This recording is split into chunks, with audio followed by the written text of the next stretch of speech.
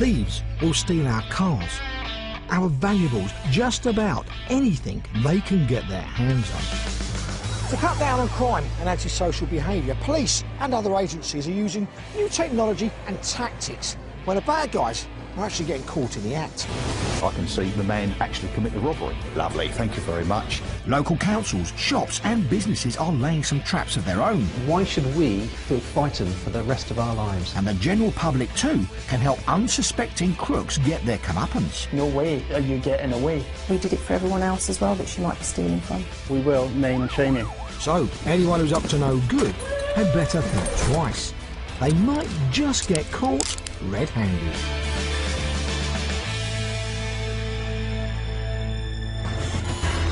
Today, a smartphone thief who's not so smart. His grab and his getaway are both caught on camera.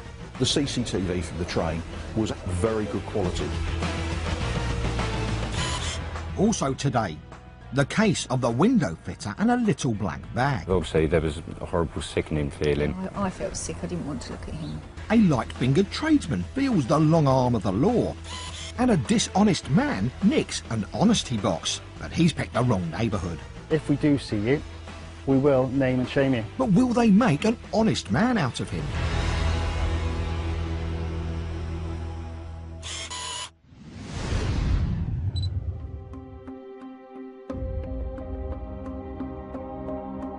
It's late at night, and three friends sharing their chips have just boarded this train. Look closely at the young man in the striped bobble hat. It's his birthday. And although he's with his mate, he chooses to go and stand away from them. The train pulls into Seven Kings Station in Essex, and some passengers are ready to get off. Behind the birthday boy, mostly obscured from this angle, is a young woman who's also been out celebrating. It's her birthday too. And up until now, she's had a great night out. Suddenly, the man signals. He wants to leave. He snatches the woman's expensive smartphone and goes to leg it out the station. He falls over at the bottom of the stairs, but he's soon back on his feet. Pursued by a passerby, he races off and finally gets away. Or so he thinks. That little trip on the stairs will prove to be his undoing, and his own birthday is about to be ruined.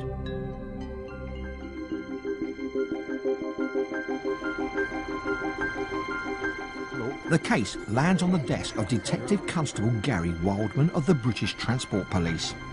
His first job is to speak to the victim. I've taken the statement from the young lady who'd been out celebrating her birthday, you know, and she's lost all her photographs, the phone, the phones nowadays of people's lives. She's lost everything. All the celebrations that she'd had that night had gone, and I felt for her. You become personally involved to a certain extent with every complainant victim that you deal with. When a smartphone's stolen, people lose treasured photos, memories, important contacts, all sorts. And snatch thefts are common. Another young woman we met, Sophia, has had to save hard for this new phone. Her last one was snatched too, also while she was travelling by train. These two young guys came up, they must be like in their 20s. I had a sort of intuition, like something, I don't know, just a sort of eerie feeling about them. When I look back, they left. So I continued just, you know, doing my own thing. But they hadn't left. They were preparing to strike.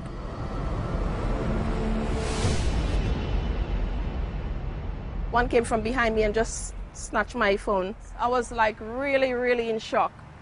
I really like wanted to scream out. They took my phone at the same time, but it just wouldn't come out. That's like I was really in like severe shock. It's a crime that only takes a split second to commit, but can affect the victim for months afterwards. It has really affected me. I recently got a new phone, and now if I'm on the train, I don't put it out. Because you just feel you can't trust anyone. All of us can go around doing such things. You know what the world gonna be like if we do such things like that? It's just wrong, totally wrong. Unfortunately, Sophia's phone and the culprits who've stolen it are yet to be found. People in general that steal are opportunists. They will go somewhere where it's easy. They're cowards. They pick on vulnerable people, as far as I'm concerned. I mean, anybody that commits crime should actually do the time. Back to the first phone snatch we saw at Seven Kings Station. Keen to find the thief, Gary puts in an order for the CCTV footage. 2 days later, it arrives. Over the years of doing investigation, you get breaks. And the CCTV from the train was actually very good quality. Fantastic facial, and I can see the man actually commit the robbery. The thief uses a lot of force to get his hands on the phone. If he's caught, this could go against him. The victim was wearing earphones, and as the phone was snatched, the earphones didn't quite cleanly come out of her ears, and it's caused her pain and discomfort. Also, where he's grabbed the phone out of her hands, there's no breakages or anything, but you've got the use of violence, and that puts it from the theft into the robbery bracket. As the robber leaves the train, the station cameras pick up the action. Our chap comes off the middle of the train. The camera just above us here will pick him up, but it's very dark. So as he comes down, he's on this side here. He comes running up, he's at full pelt. He's running so fast, he loses his footing. He obviously back heels, comes across, staggers, and because of the speed that he's doing, he comes down, he hits his head on these stairs, picks himself up, continuing the run, and he then exits to the left-hand side, across the main road, in between some buildings on the far left. What interests Gary the most is the man's stumble. We've come out and we've had a look afterwards, and at that point is when we've seen our blood splatters up these stairs. Hurrah! Thank you very much. The thief's fall might just be his downfall. Hoping the blood isn't contaminated after 2 days open to the elements, Gary calls crime scene examiner Sergeant Philippa Smith. In an ideal world, it's always best for the crime scene examiners to attend the scene of a crime as soon as possible, which would lessen the problems with contamination.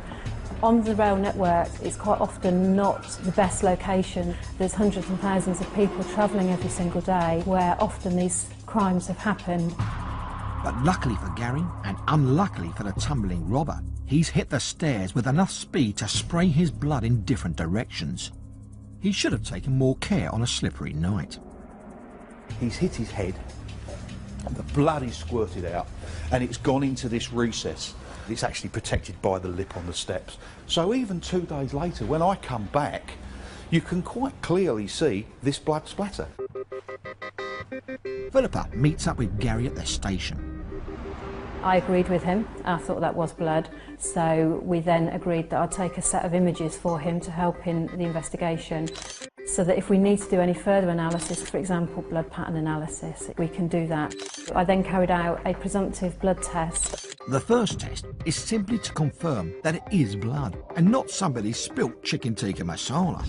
This is the indicator stick, and what we would do is we would put a very small amount of sterile water onto the tip of the stick. I would then touch very lightly the end of this indicator stick with the sample, and you can see there that it's indicated straight away. That indicates to me that is blood there. More swabs are taken and then sent to a laboratory to extract DNA information. But this process isn't always successful. The blood's gone off and you don't hold your hopes out. We don't know. I mean, you've got to be held on the database for us to get a result. To find the blood's owner, its DNA can be matched up against people who, for some reason or another, have previously had dealings with the police. The National DNA Database currently holds over 6.5 million profiles from people that have come to notice of the police in the past. It also currently holds over 500,000 profiles from crime scenes. And would you believe it? This crime doesn't appear to be a one-off for this robber. He's had a run-in with the police before. Fax actually came back with a nice little smiley face on it. DNA hit, lovely, thank you very much. Great, because I've now got a name to the blood that's lifted from the scene. The thief is Narinder Singh. There is no address for him, but he's put on the police wanted list, and soon he is arrested at a shopping mall in Stratford. I walked into the custody suite of the police station where Mr. Singh was being held on his arrest, and I just instantly recognised him from the pictures that I'd been dealing with. And it's quite strange, because after my brain had actually said it's the same person, I noticed a nice little cut on his head. The evidence against Mr. Singh is indisputable, so he chooses not to dispute it and just says no comment. I've got DNA evidence. You can argue until the cows come home. That is you. I can see from the CCTV footage, which is on the train, which is absolutely excellent. I'm sitting opposite you. I've got your DNA evidence. Where do you want to go with this? He has no choice but to plead guilty at court and gets 14 months in prison. It's a good result for Gary. I mean, it's great. It's brilliant, because that's my job. And after all these years, I still enjoy it, because that person has gone out there and he's taken someone's property that he's not entitled to.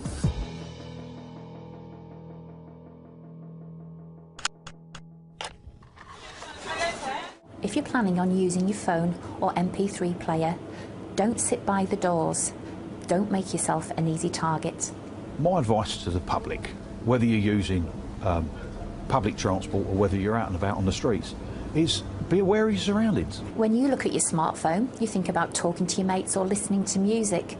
It's a very different perspective from a thief. All they see is cold, hard cash. You wouldn't go to a bank and draw out £500 and wave it around on the train or in the street. Why do you do it with your smartphones? You know, you hold it up in the air, you're using it all the time, you're making people aware of what you've got. Coming up on Caught Red-Handed, a dishonest man snatches an honesty box. Why should that one person spoil it for everybody else? What he doesn't realise is that his every move is being watched. And a cappuccino to go, thank you. A man who's had his coffee bean stolen stirs up an internet campaign to catch the percolator. Sorry, I mean perpetrator. And he does it with a sense of humour. But first, a betrayal of trust by one of the very people who are supposed to make our homes more secure.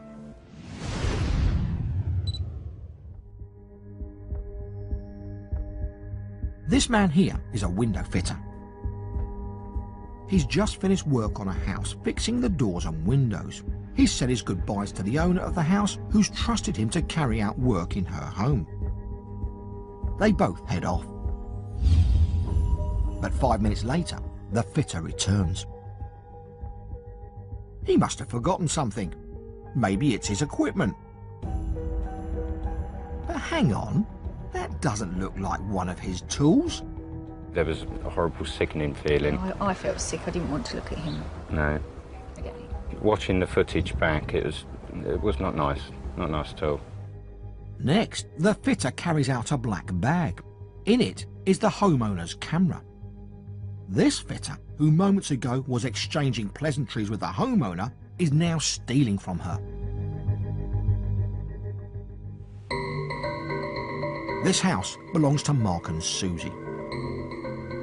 When they first moved in, they needed some building work done.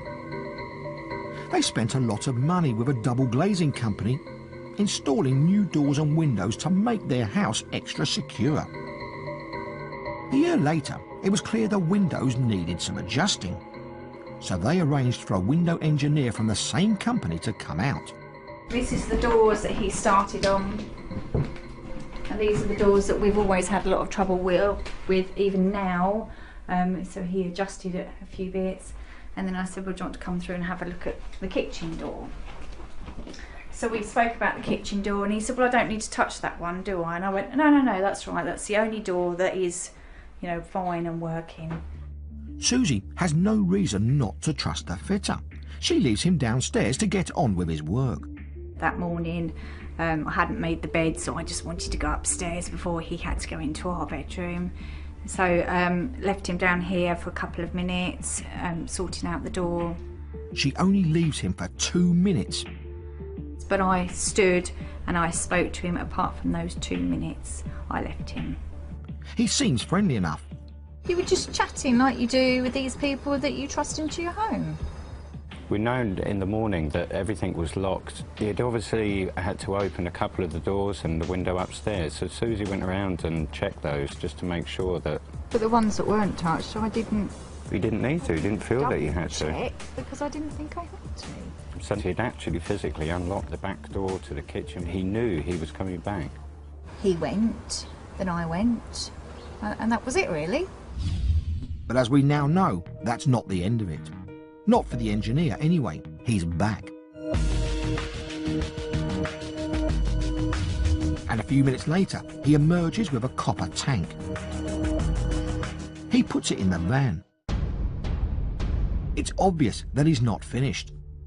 Having sneaked into the house via the kitchen door, he wanders around the room to see what else he can find. He comes back out with a black bag. But that's not enough for him. As if realising he's pushing his luck, he now runs back inside. But he appears to be a bit more cautious this time, concealing items up his jumper. Happy with his loot, he decides to call it a day and calmly leaves.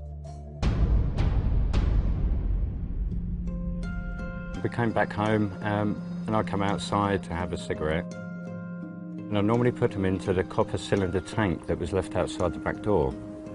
And I noticed, obviously, it was missing. Luckily though, Mark had recently invested in a CCTV kit. He goes and checks the footage. You can clearly see the front of the house. So I came in and had a look through all of this. Watching the tape back, Mark has mixed emotions. Gutted to start with, but a feeling of, well, I've got you. You're caught and banged to rights, really. And I couldn't wait to phone the police, but I was more sort of shaking with, you know, the horror that someone's been through our property.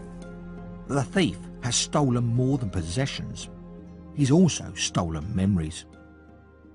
It's not until you start looking you don't realise, you know, what had gone missing.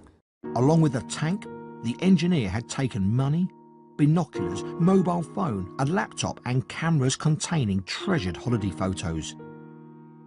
The burglar's crime has an emotional effect on the whole family. The children, I think, were, yeah, I think that was the worst bit, is how they were affected. Yeah, the eldest daughter did have dreams and things like that. Mm. Mark and Susie feel like they never want strangers in their home again. It's a big trust issue, and it's gone. Sadly, from one person that's, you know, destroyed that. We want to extend on the house, but I think I'd rather take a bricklaying course. In court, the window fitter admitted to the crime and was given an 18-month suspended sentence, 200 hours unpaid work and an order to pay £100 in compensation. The thief tried to nab a camera, but it was a camera that nabbed him. I brought the CCTV as just it's a little gimmick thing, really. It was a gadget. I do like my gadgets. But now looking back at it, I think it's the best money that I'd actually spent. It's the best gadget that you've got. Yeah, it is.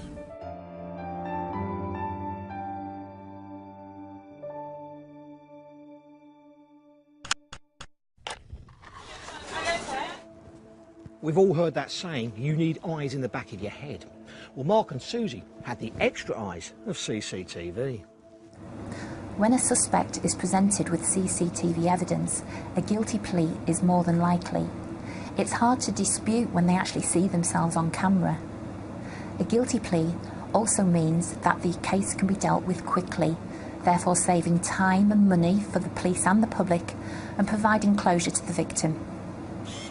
These days, of course, we don't even have to be at home to keep an eye on our property. Like Tim Lake, who sent some images on his smartphone that not only saved him some trouble, but also gave him the chance to have some fun.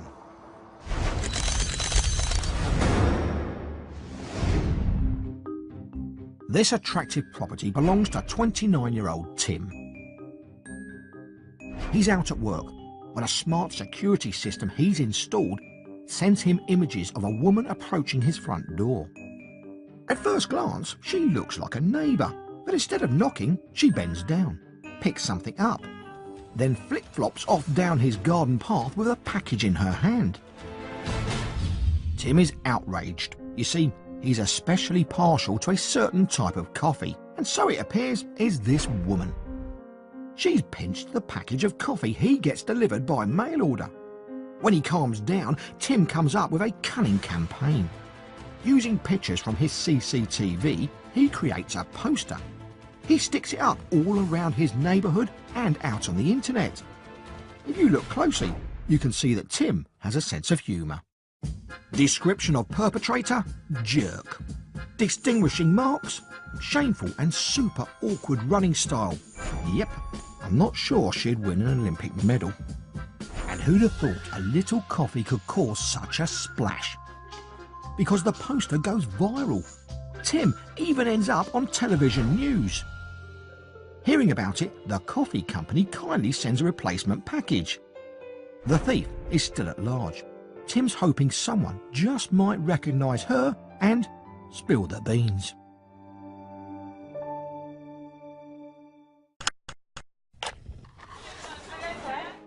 On Caught Red-Handed, we're seeing how members of the public can catch their own crooks using these user-friendly little cameras.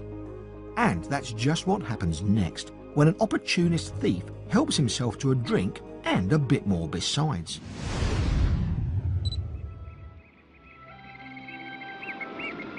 The Gower Peninsula in South Wales is renowned for its stunning countryside and beautiful beaches. It's a popular spot with tourists. Good, you want ice cream? Yeah! Well, let's go.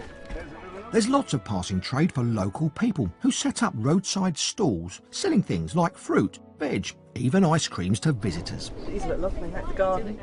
It's a great arrangement. The tourists like the local produce, and the locals make some extra cash, trusting strangers to leave the money in the honesty boxes they leave out by the side of the road. But unfortunately, whilst most visitors come to the Gower for some good, honest fun, there are some who aren't quite so honest. On a sunny summer evening, a car slowly travels down a quiet country road. Then turns around and drives back slowly. The car stops by this roadside stall which has a fridge. The man gets out of the passenger side. He opens the fridge and helps himself to some cans of drink. The driver keeps the engine running. And is this man going to pay? No way. What's more, he takes a shifty look around and then steals the trust box full of money and makes a sharp getaway. The box, the money and the stolen drinks belonged to local resident Mark Button. My initial thoughts were disgusted by somebody taking that. It was premeditated and they were coming down purposely actually to rob from me.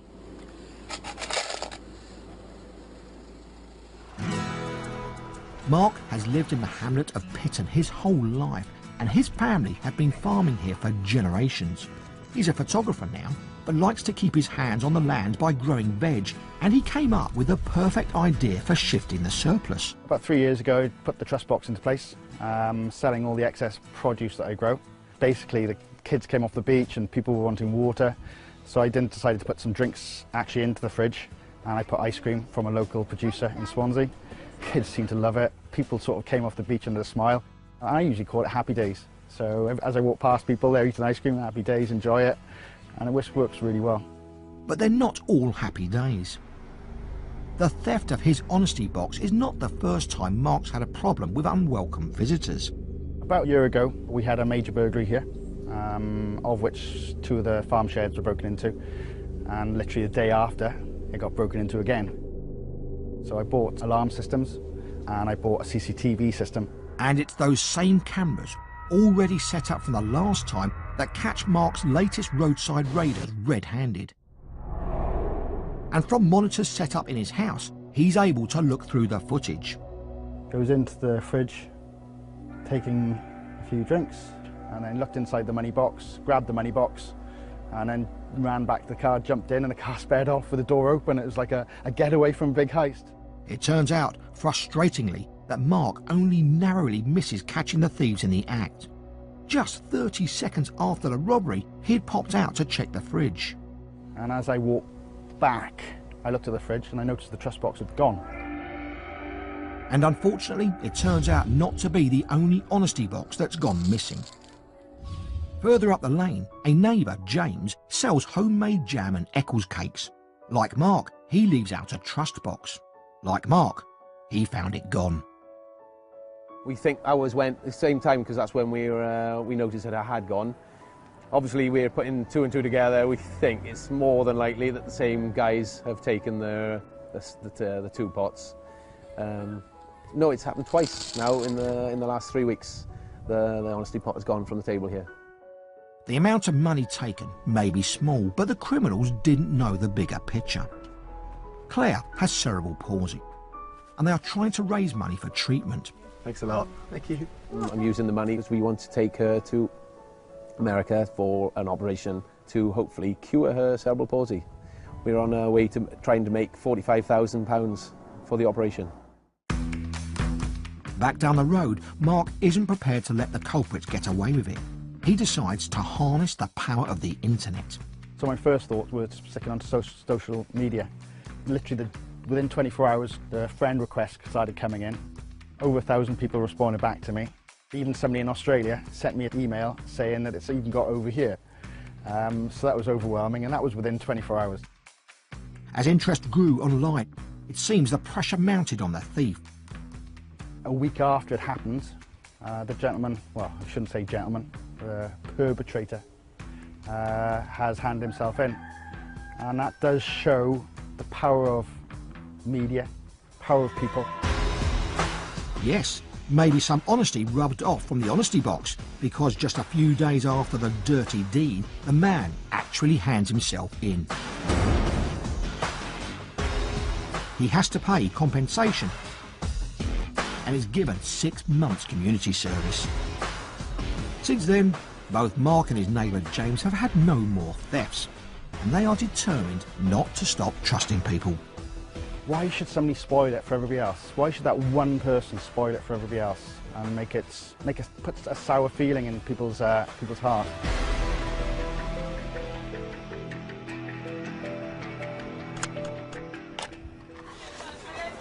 An opportunist thief will take the chance wherever they see it, as long as they don't think they're being watched. So, a sign as simple as CCTV might just be enough to put them off. And Mark has a message for anyone thinking of coming to the Gower Peninsula with less than honest intent, which, with so many CCTV-savvy people around nowadays, is perhaps a message for all would-be criminals out there. If we do catch you, if we do see you, we will name and shame you. That's all for now. Join us next time when the police and the public catch more crooks red-handed.